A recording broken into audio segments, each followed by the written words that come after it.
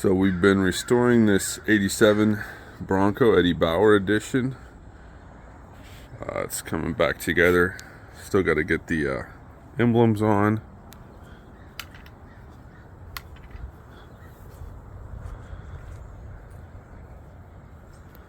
And the rear bumper. And a spare tire cover. But today I'm going to finish up the headliner. Got it right here. We got to clean this headliner board, put the new material on it. New material finally came in, and then we're gonna get it installed and put the plastics back on the dome light. So that's the agenda for today, among other things.